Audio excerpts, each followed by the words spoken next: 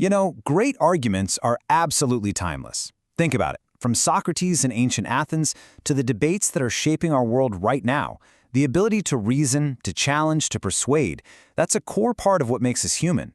But what happens when we give that skill to an AI? Well, we're about to see how this new tech isn't just asking old questions, it's giving us a brand new way to find the answers. So check this out. What you're looking at here is pretty incredible. On the left, you've got an AI playing Immanuel Kant. He's all about unbreakable moral rules. For him, pulling that lever is just wrong, period. But then on the right, you have an AI as John Stuart Mill, who's a utilitarian. He's arguing that no, the best choice is the one that saves the most people. And this isn't just some pre-written script, this is a debate being generated by AI in real time. So that gets you thinking, right? What if you could just do this on demand? You could pit Aristotle against a modern philosopher on justice, or have two historical titans hash out a modern problem. What could we actually learn from that? And the crazy part is, this isn't some far-off sci-fi idea anymore. The technology is here right now, and it's opening up this whole new frontier for how we can explore and really understand ethical reasoning itself. But, okay, to really get how this AI works, we first have to understand what makes a good argument in the first place. Because it's not just about who can shout the loudest. It's a specific, really structured way of thinking. And that foundation is called ethical dialectic reasoning. The key word there is process. This is not about a gut reaction or just going with what feels right. It's a method, a structured way to move past simple feelings and get to a moral judgment that you've actually thought through. And this slide really breaks down what's at stake. On one side, you've got the dialectical approach, using reason to figure out how we can all live together without everything falling apart. And on the other side, you've got simple egoism. Basically, if it feels good, do it. Which, sounds fine until my feel-good action causes a huge problem for you. That's a fast track to conflict. This is where the argumentation theorist Ralph H. Johnson comes in with a really crucial idea. He says, a strong argument isn't just a one-way street where you just list all the reasons you're right. It's got a whole other level to it. He calls this other level the dialectical tier. This is where the real heavy lifting of critical thinking happens. It means it's not enough to just make your case. You have to actively go out and find the best arguments against your case, and then deal with them head on. That's what makes it a real argument, not just a rant. So how do you know if you're doing a good job? Well, Johnson gives us this super handy AAA test. First, are you being accurate? Are you representing the other side's view fairly, or are you making them sound ridiculous? Second, is your response acceptable? Is it actually a convincing counter-argument? And third, is it appropriate? Are you tackling their strongest points or just the easy ones? Okay, so that's the philosophy of a good argument. Now for the fun part. Let's pop the hood and see how engineers actually coded this way of thinking into an AI. Now, I know this diagram looks a little intense, but let's just break it down into three simple phases.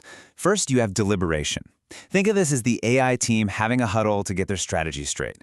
Then, in phase 2, a Socratic moderator comes in. It acts like a tough coach, poking holes in their arguments to make them stronger. And then finally, phase 3, that's the main event, the adversarial debate loop where the two sides go head-to-head. So why all this structure? Well, it's to solve a huge problem with AI debaters. They tend to be, too agreeable. It's called consensus collapse.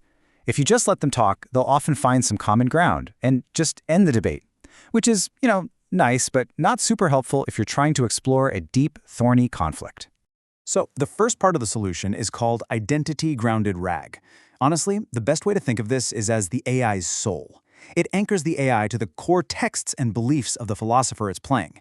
It ensures doctrinal fidelity, which basically means the Kant AI can't just suddenly start talking like a utilitarian to make everyone happy. It has to stay true to its core beliefs. The second piece of the puzzle is all about strategy. It's called theory of mind light. This gives the AI a sort of mental map of its opponent's likely moves. It lets the Kant bot guess what the Mill bot is probably going to say and then prepare a counter-argument ahead of time. See, that's how it builds that all-important dialectical tier we were just talking about.